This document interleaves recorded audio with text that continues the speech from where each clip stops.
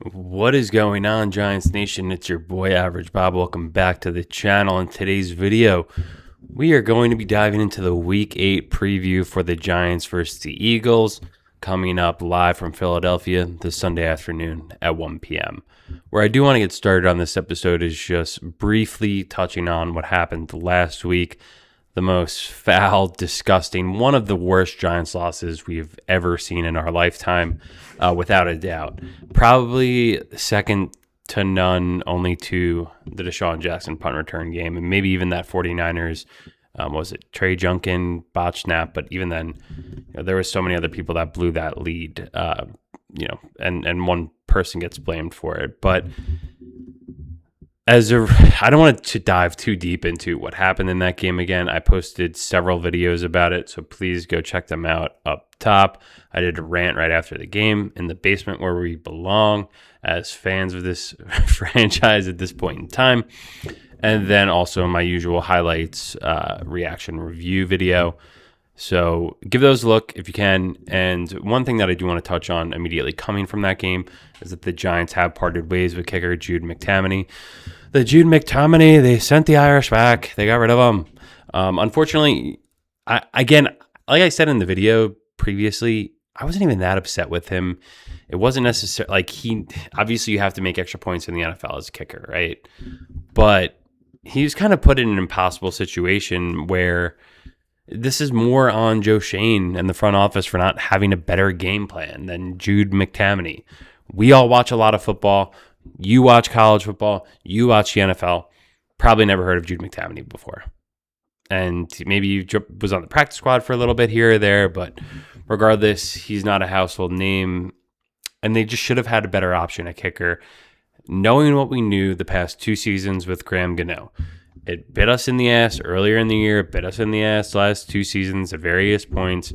And then you're seeing just the cause and effect of that come out in Jude McTammany on a game that looked all but locked up until you missed a couple extra points and you'd throw a bad interception. So I wonder who would be kicking for the Giants this week. I think Young-Ho Koo was someone that they had on the radar for a while. I'm not sure if they actually ended up signing him. Or Graham Gano, I think, is eligible to get off the IR at some point, but can he actually be trusted? So something to monitor.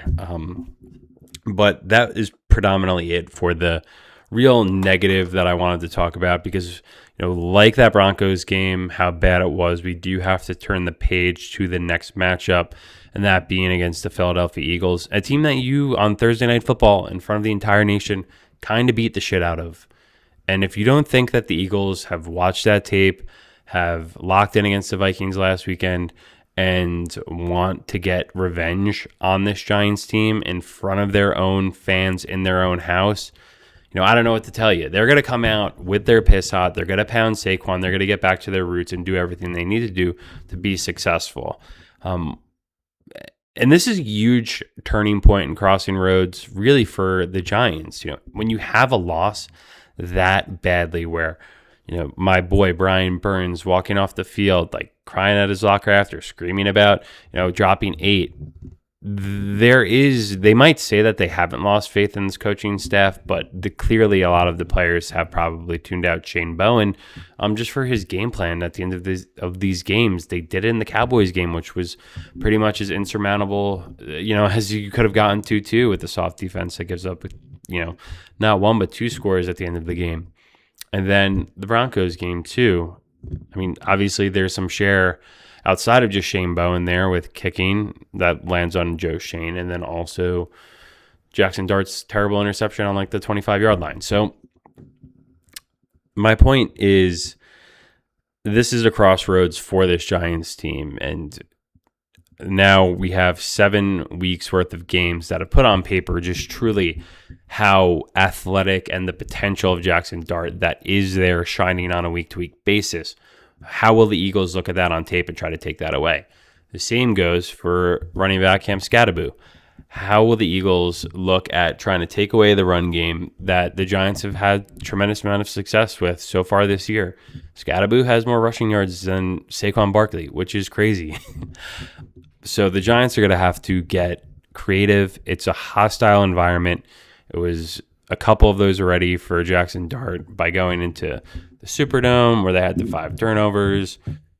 On the road in Denver, Mile High, you get gassed out a little bit because of the elevation, and then now you're going into like the craziest spot of all crazy spots, Philadelphia. We're going to learn a lot more about this team and the direction of this franchise after this game. I do think as the Giants enter this one at 7.5-point underdogs, I just Googled it, gave it a Goog, and something said it was 10.5 when it opened at, which seems a little ridiculous. I don't know why it would go from 10.5 to 7.5, so that could have just been wrong, whatever I was Googling, as most books have it at the 7.5 range or 7. And again, I would take the Giants with that number of points that they're getting in this. They've been covering every single game where they are significant dogs. So why not ride the hot hand in a, the Eagles defense was kind of banged up that last time we saw them. The Giants could enforce their will, especially when it came down to it at the end of the game when they needed to run the ball. Guys were pushing off that defensive line. The offensive line was just destroying the Eagles front 7, but you're probably getting Jaylen Carter back in this matchup, and he was out last time around. So that is a huge piece of the puzzle, that internal, Runyon, Van Roten, and who's ever playing center, if John Michael's not back, will have to manage who is going to, really take on the load of trying to block Jaylen Carter, who has had a tremendous amount of success thus far in his young NFL budding career. I was going to be honest with you, and this is why I think Jackson Dart has such a bright future, is because we only got to see, about a quarter and a half of football of him with Malik Neighbors before Neighbors suffered the torn ACL. But Dart is making everyone better around him. And if it's not that he's throwing it for the most part, it's then you have to worry about him running and escaping and getting downfield. And, he has to be accounted for in other teams' defensive schemes. So something that the Eagles will have to look at and go with more of a spy-heavy approach, because last time, even if they did do that, Jackson Dart was juking guys out of control with the first touchdown run. And I think you're going to see a different Eagles team this time around, because they were kind of embarrassed by that performance against a team that they have really kicked the crap out of over the last decade. And that kind of gave a huge spark where everyone on a national spotlight got to see Jackson Dart, Skattebo coming out shows. So it's going to be something to look into or just observe in this week's matchup.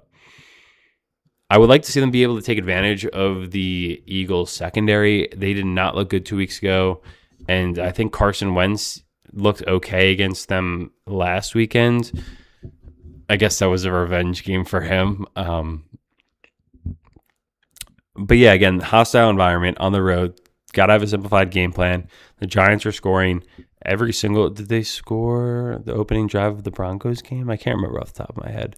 But they are doing a good job with their opening scripts of these games from a Kafka play calling, script writing perspective with Dable as well. But I'm going to skip about going off on another coaching rant because I feel like I'm saying the same thing week in and week out at this point. But what do you guys want to see in this upcoming matchup between the Giants and the Eagles? Do you think it'll be a run-heavy approach with Skattebo, Tracy, maybe some Motor Singletary? Or are they going to have to hit the screens, RPO options, Wandell, maybe get the Belly Bro more involved? Shout out to Daniel Bellinger for sticking through it.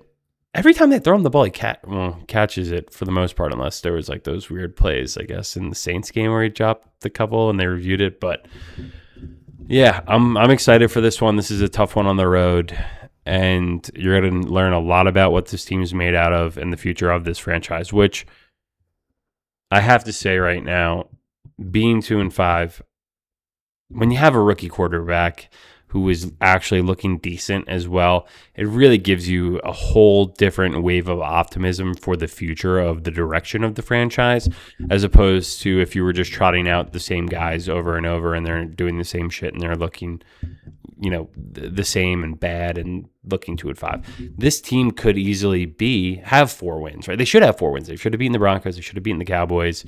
And if you take away 5 turnovers versus Saints, what are you doing there? So it's good to feel optimistic about the future in a season where it does seem obviously lost, but at least we have a fun thing to tune into and watch. And this is something that they will need to build on. I want to just see what Dart can do, because regardless, it doesn't seem like playoffs are an option this season at 2-5, unless some other teams, like everyone, falls off. Jaden Daniels for the Commanders is hurt, but the Cowboys just got CeeDee Lamb back, and then the Eagles are kind of the Eagles, defending Super Bowl champs for a reason. So it would be a tough, probably insurmountable hill to climb at this point. But it's not something to be excited to not be excited about for the future. Why did I just use a double negative there? Anyway, thank you guys for watching. Please be sure to give a like, comment, and subscribe. It helps the algorithm. I've been getting crushed with views. I don't even get any impressions anymore. I think there was just overarching changes at YouTube. If you look at the numbers that I've done the previous years and compared to this year, I usually might get like between 15 and 25 views, which is very low compared to this time last year. I'd be getting anywhere from like 40 to 100, sometimes a couple hundred. So interesting to see why. If there's just overarching stuff, but you can help me out by just giving a like, a comment, or subscribe, as that does surely help the algorithm. Anyway, thank you guys for watching. Go Giants. Take the 7. See if you can do a little bit of line shopping. Get the 7.5. Take it to the house, because the Giants are going to cover this one in Philly. Peace.